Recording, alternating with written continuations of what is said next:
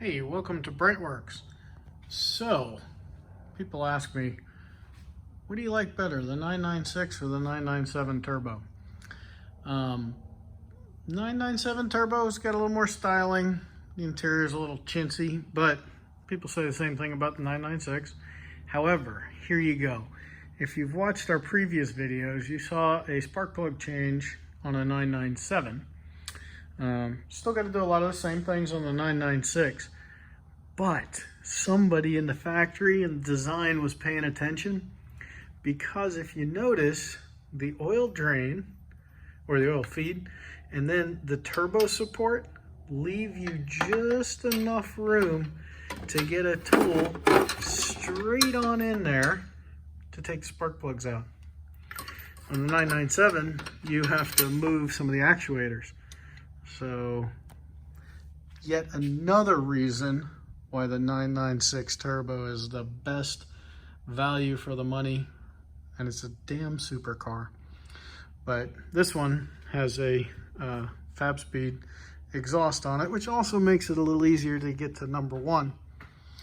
But definitely I want to give props, because we're always bitching about the engineers that don't think about maintainability, but right there they left us that little spot and it's perfect. So anyway, spark plug change, 996 Turbo. You got to pull the bumper off. You already knew that. You got to pull the intercoolers off. You already knew that. This is one little trick. So this heat shield, there's a nut buried up on top of the turbo. Good luck ever trying to get that out. So you can, if you separate this from this gently, you can bend this guy up out of the way, have all the access you need, and then you only have to make one bend back, and it fits plenty of fasteners that hold it to the bumper, so you don't get any rattles or any ill effects from that. But yep, 996 Turbo. This one happened to have the spark plugs in it, low mileage, 44,000 mile car. They were original. So were the coil packs. Two of the coil packs had significant cracking, but no misfires.